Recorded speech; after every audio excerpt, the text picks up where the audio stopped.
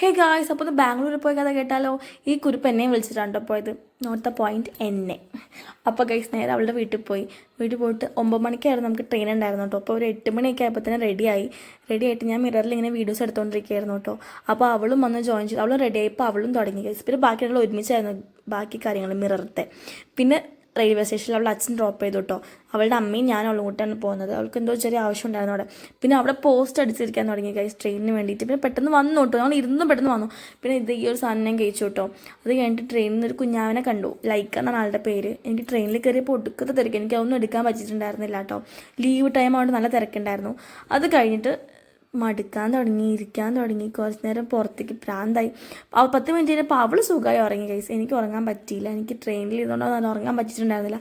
പിന്നെ എങ്ങനെയൊക്കെയോ ഒന്ന് കടന്നുറങ്ങി രാവിലെ ആയപ്പോൾ അവിടെ എത്തിയിട്ടോ. ബാംഗ്ലൂർ എത്തിയപ്പോൾ തന്നെ കറക്റ്റായിട്ട് എണീറ്റത്. പിന്നെ അവളെയും കുത്തിപ്പൊക്കി അവളും ഷൂ ഒക്കെ ഇട്ടുകൊണ്ടിരിക്കുകയായിരുന്നു. ഞങ്ങൾ ഇറങ്ങിയത് യശ്വന്തപുരം എന്നത്തായിരുന്നു കേട്ടോ. യശ്വന്തപുരം റെയിൽവേ സ്റ്റേഷനിൽ ഇറങ്ങിയിട്ട് നമുക്ക് ഇവിടുന്ന് മജസ്റ്റിക്കിലേക്ക് പോകണം. അപ്പോൾ ഇവിടുന്ന് ഒരു 1 അവർ ട്രാവലിങ്ങോളുണ്ട്. അപ്പോൾ ഊബർ വിളിച്ചപ്പോൾ എന്തോ വന്നില്ല, ഡിലേ ആയപ്പോൾ അവിടുത്തെ ഓട്ടോ ആൾ തന്നെ കൊണ്ടാക്കാമെന്ന് പറഞ്ഞു. 3 പേർക്ക് 300 രൂപ വെച്ചിട്ടായിരുന്നു. 1 അവർ ട്രാവലിംഗ് ഉണ്ടായിരുന്നു കേട്ടോ. അപ്പോൾ മജസ്റ്റിക്കിൽ റെയിൽവേ സ്റ്റേഷനിൽ നിന്ന് റൂം എടുക്കാമെന്ന് വെച്ചു, കാരണം നമുക്ക് പെട്ടെന്ന് അങ്ങോട്ട് പോവുകയും ചെയ്യാമല്ലോ. പിന്നെ ഇതേ ഓട്ടോയിലും 1 അവറോളം പോസ്റ്റ്.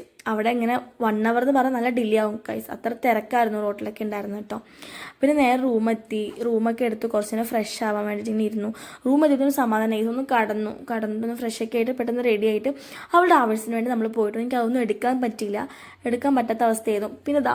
പിന്നെ തിരിച്ച് റൂമിലേക്ക് വന്നു, റെഡി ആയിട്ട് നമ്മൾ നേരെ ചർച്ച് സ്ട്രീറ്റിലേക്ക് ആയിരുന്നു കേട്ടോ പോയിക്കൊണ്ടിരുന്നത്. അവിടെ പോയി ഗൈസ്. ഇവിടെ രാത്രി ടൈമിൽ പോകണം, അതാണ് അടിപൊളി.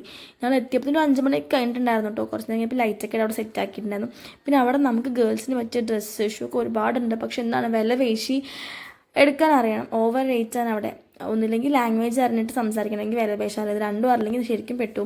പിന്നെ ഇങ്ങനത്തെ ഷോപ്പൊക്കെ എനിക്ക് ഭയങ്കര ഇഷ്ടപ്പെട്ടു കേട്ടോ. ക്യൂട്ട് ഐറ്റംസിൻ്റെ ഷോപ്പൊക്കെ അവിടെ ഉണ്ട്. പക്ഷെ എന്താ എല്ലാത്തിനും റേറ്റാണ്. ഇത് സ്ട്രോബെറി ചോക്ലേറ്റ്സ് കണ്ടു, അത് മേടിച്ച് കഴിച്ചു. പിന്നെ നേരെ ഫുഡ് കഴിക്കാൻ പോയി. ഞാൻ ഈ 2 ദിവസവും 1.5 ദിവസം ഇഡ്ഡലി തന്നെയും കഴിച്ചത്, കാരണം എനിക്ക് അവിടുത്തെ ഇഡ്ഡലിയാണ് പറ്റുന്നുണ്ട്. പിന്നെ KFC കഴിക്കാൻ പോയി, അപ്പോൾ അതും പോയി കഴിച്ചു കേട്ടോ.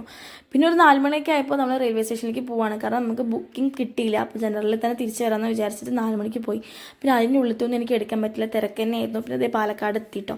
പാലക്കാട് എത്തി നമ്മൾ നേരെ തിരിച്ച് വീട്ടിലേക്ക് പോവാണ്. പിന്നെ 1.5 ദിവസം നിന്നാൽ എനിക്ക് ഒന്നും മാക്സിമം ക്യാപ്ചർ ചെയ്യാൻ പറ്റുന്നതൊക്കെ എടുത്തു കേട്ടോ.